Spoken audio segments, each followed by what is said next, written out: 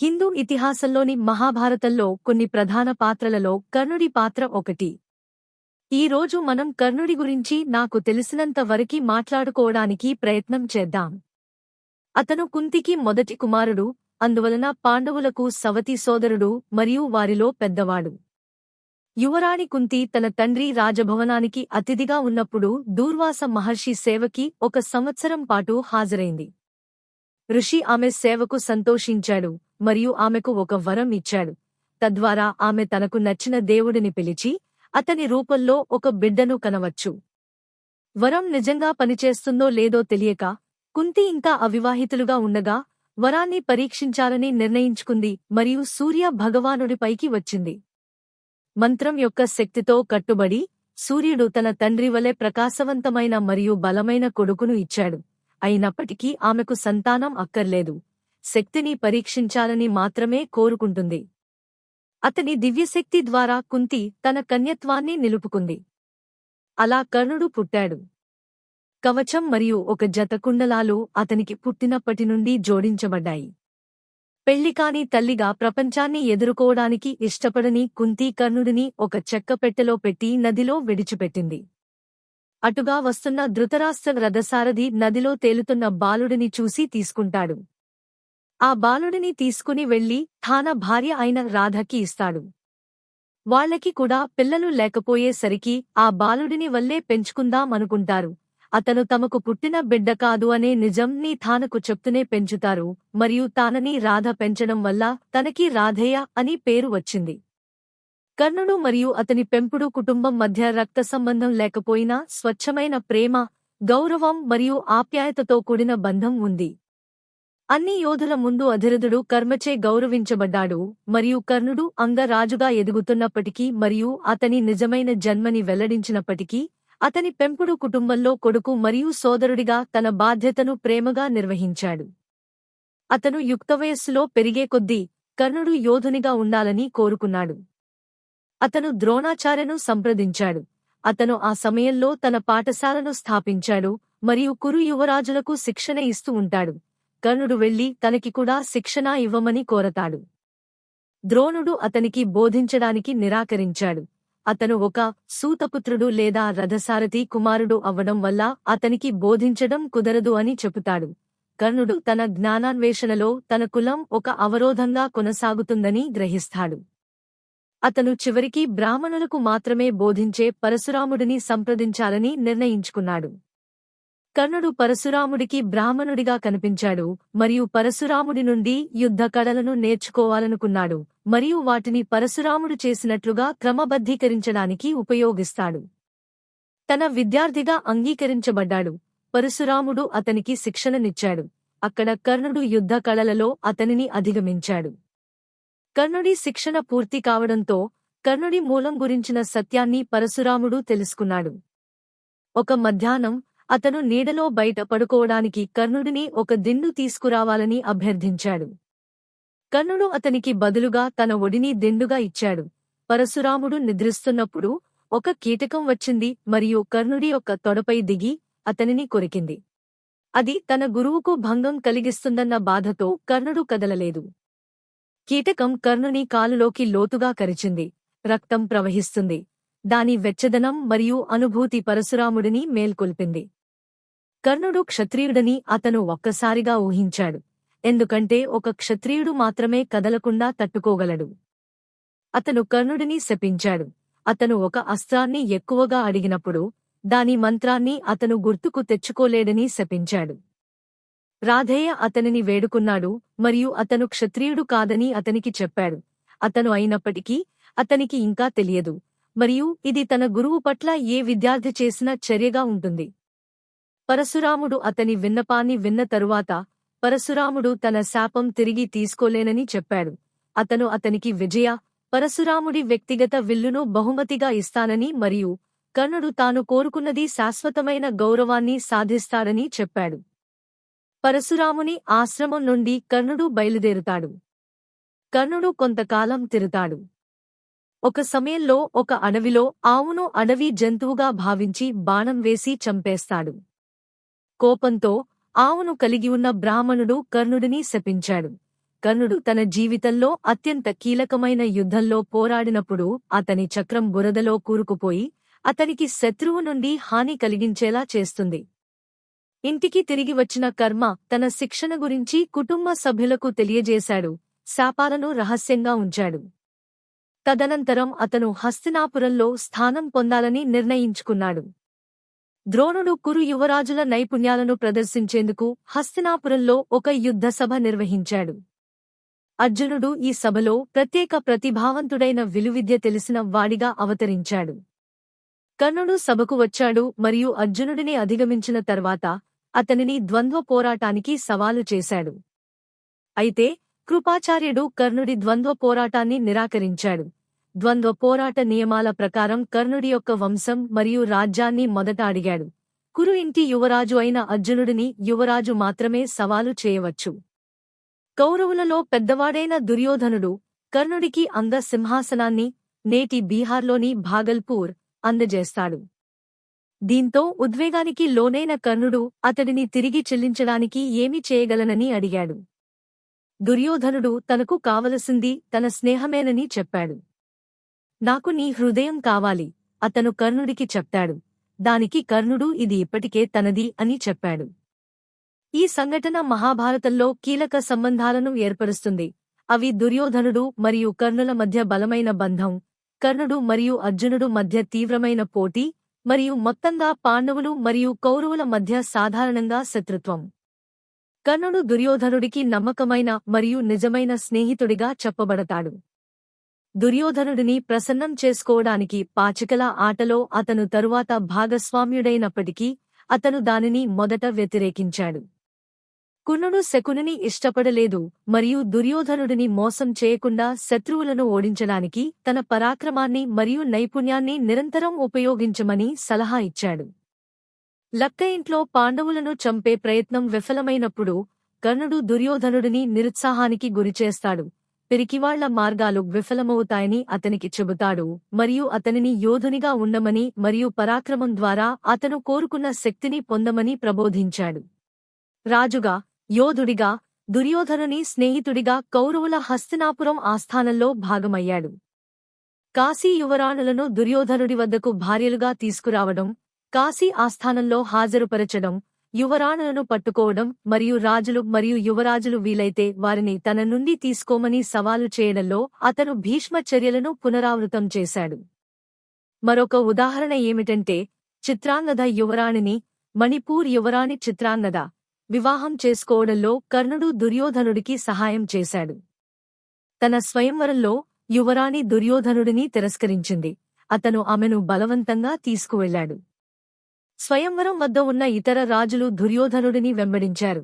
అయినప్పటికీ కర్ణుడు వారిని ఒంటరిగా ఓడించాడు. చిత్రాంగద యువరాణి స్వయంవరంలో ఉన్న రాజులలో జరాసంధ, శిశుపాలుడు, దంతవక్రుడు మరియు రుక్మిణి ఉన్నారు.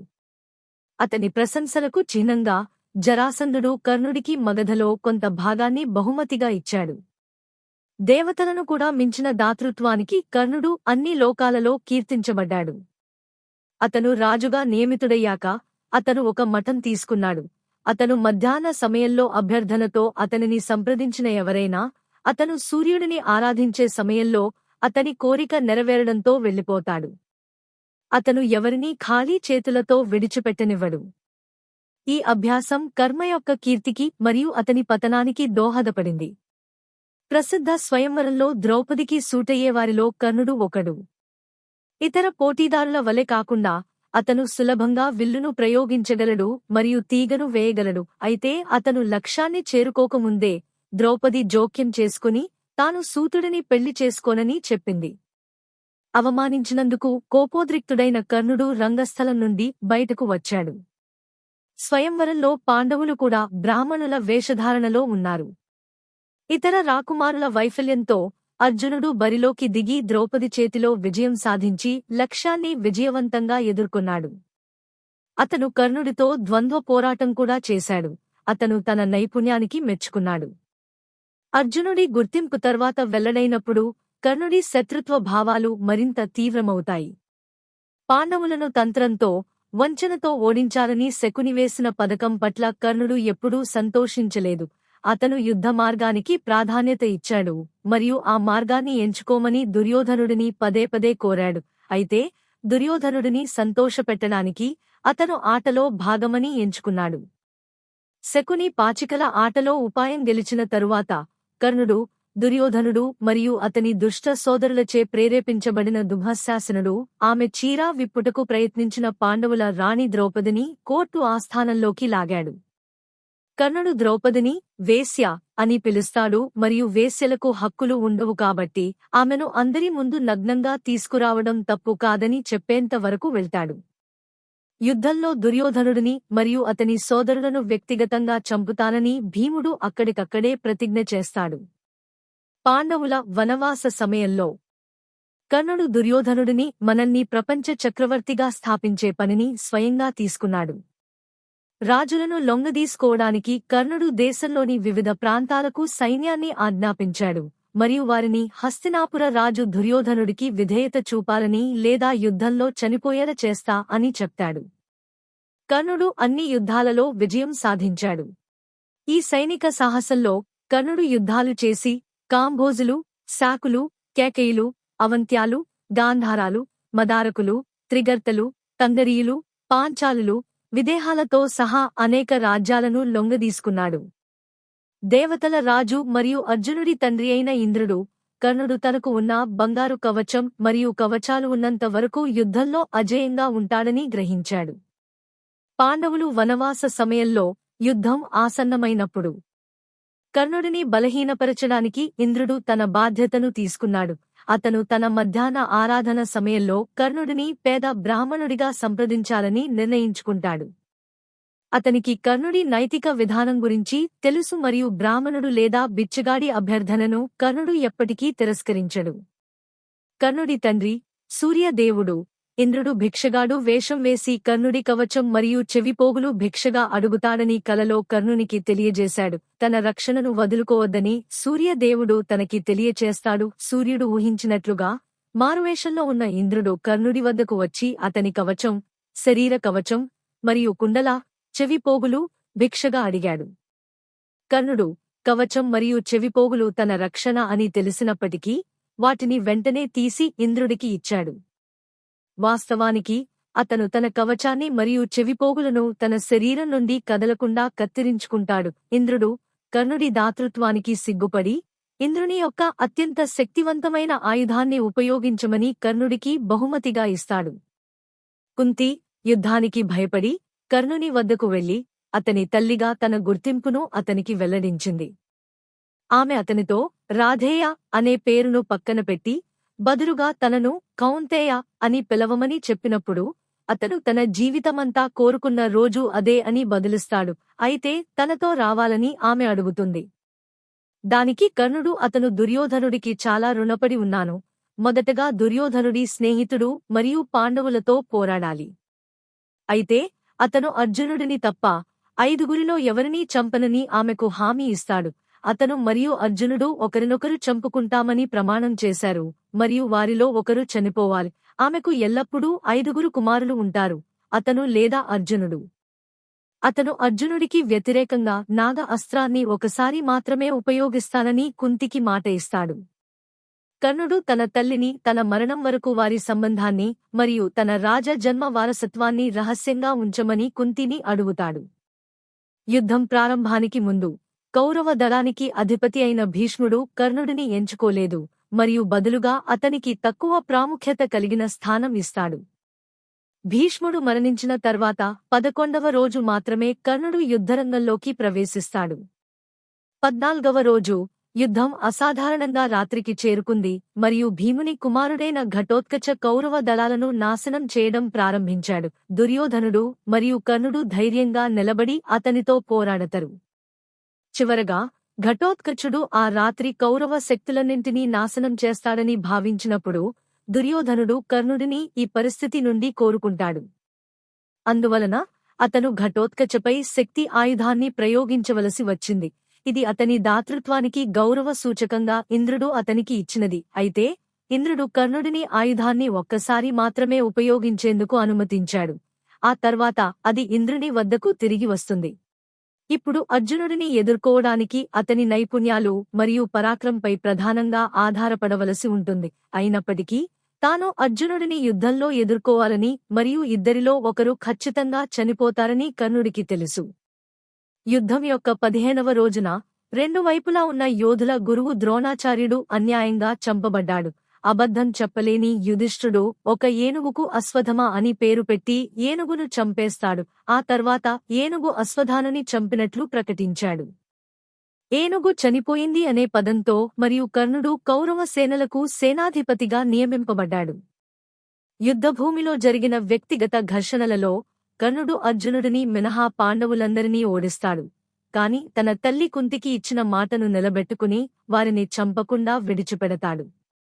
శక్తి ఆయుధం లేకుండా అర్జునుడిని చంపడానికి కర్ణుడికి ప్రత్యేక మార్గం లేదు. అతను తన సొంత బలంపై ఆధారపడవలసి వచ్చింది. అద్భుతమైన విలువిద్య, పరాక్రమం మరియు ధైర్యసాహసాల యొక్క అద్భుతమైన తీవ్రమైన ప్రదర్శనలో కర్ణుడు మరియు అర్జునుడు పోరాడుతూ ఉన్నారు. కర్ణుడు అతని వ్యక్తిగత పరాక్రమం ఆధారంగా తెలివైన వ్యూహాన్ని రూపొందించి అర్జునుడి ఛాతీని తాకిన ఒక శక్తివంతమైన బాణంతో ఆశ్చర్యపరిచాడు. కాని శ్రీకృష్ణుడు తన స్నేహితుడు మరియు భక్తుడిని రక్షించడానికి వచ్చాడు. అతని శక్తితో కర్ణుడి రథాన్ని భూమిలోకి పడవేశాడు. ప్రాణాంతకమైన బాణం అర్జునుడిని కొన్ని అంగుళాలు మెదకి వెళ్లి అర్జునుడి కిరీటాన్ని తకుతుంది. యుద్ధ సమయంలో కర్ణుడి రథ చక్రాలలో ఒకటి బురదలో కూరుకుపోయింది. కర్ణుడు పొరపాటున ఆవును చంపినప్పుడు బ్రాహ్మణుడు కర్ణుడిపై పెట్టిన శాపానికి కర్ణుడు తన రథం దిగి బురదలో నుండి చక్రాన్ని తీసివేసేటప్పుడు అర్జునుడిని యుద్ధంలో విడదీయమని కోరాడు. అర్జునుడు అంగీకరించాడు. కాని కృష్ణుడు గౌరవప్రదమైన ప్రవర్తనలో కర్ణుడి యొక్క మునుపటి లోపాలను గుర్తు చేసుకున్నాడు మరియు బురద నుండి చక్రం ఎత్తడానికి ప్రయత్నిస్తున్నప్పుడు కర్ణుడిని చంపమని ఆదేశించాడు. పరాశరాముని శాపం కారణంగా కర్ణుడు మరింత శక్తివంతమైన బ్రహ్మాస్త్రాన్ని ఉపయోగించటానికి అవసరమైన మంత్రాలను గుర్తుకు తెచ్చుకోలేకపోయాడు. అర్జునుడి కన్నీళ్లు, బాధ మరియు కోపం అన్నీ అతనిలో ఉప్పొంగాయి. అతను కర్ణుని గురిపెట్టి చంపేస్తాడు. కర్ణుని మరణానంతరం కుంతి పాండవులకు తాను కర్ణుడి తల్లి అని, పాండవులలో పెద్దవాడని చెప్తుంది. కర్ణుడి కోసం పాండవులు బాధపడుతూ ఉంటారు. యుధిష్ఠిరుడు ముఖ్యంగా తన తల్లి తనకు మరియు అతని సోదరులకు కర్ణుని నిజమైన గుర్తింపును రహస్యంగా ఉంచిందని, అతని నలుగురు సోదరులు అతనికి సేవ చేసి గౌరవించినందున వారి జీవితంలో పెద్దగా సేవ చేయడం మరియు గౌరవించడం వారి జీవితంలో కర్తవ్యంగా ఉండేదని విని మండిపడ్డాడు. అతను మహిళలందరినీ ఇకపై వారు ఈ విషయంని అయినా రహస్యంగా ఉంచలేరు అని శపించాడు. నేటికీ లక్షలాది మంది హిందువులు మరియు భారతీయులకు కర్ణుడు ఒక విషాద వ్యక్తిగా మిగిలిపోయాడు.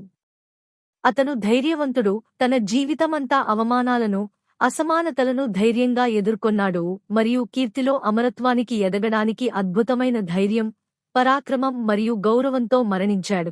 అతను ముఖ్యంగా తన దాతృత్వానికి ప్రసిద్ధి చెందాడు. దుర్యోధనుడి పట్ల విధేయత కారణంగా నాశనం చేయబడిన ప్రతిభావంతుడు, నీతిమంతుడు మరియు ధైర్యవంతుడు అనే వ్యక్తికి కర్ణుడు అద్భుతమైన ఉదాహరణ. దుర్యోధనుని పట్ల కర్ణుని గుడ్డి నమ్మకం మరియు స్నేహం, మంచికి వ్యతిరేకంగా చెడుకు సహాయం చేసినందుకు కర్ణుడు తన స్వంత పతనం తానే కోరి తెచ్చుకున్నాడు. అతని పేరుకు మచ్చ ఏమిటంటే ద్రౌపది పట్ల అతను మాట్లాడిన మరియు నడుచుకున్న పద్ధతి, మరియు సంఖ్యాబలం లేని అభిమన్యుని చంపడంలో అతని పాత్ర. కర్ణుడు కథ వల్ల మనం చాలా నేర్పించవచ్చు. మనకి ఎంత బలం ఉన్నా మన చుట్టూ ఉన్న వాళ్ళు ఎలా ఉన్నారు అనేది కూడా మనకి ముఖ్యమే, మరియు మనం ఎంత మంచి చేశాం అన్నది కాదు, మనం చెడు చేయకుండా ఉండదా ముఖ్యం. మీకు మా వీడియో నచ్చినట్లు అయితే లైక్ చేసి సబ్స్క్రైబ్ చేయండి. మీకు ఈ వీడియో గురించి ఇంకా ఏమైనా సందేహాలు ఉంటే కామెంట్ చేయండి.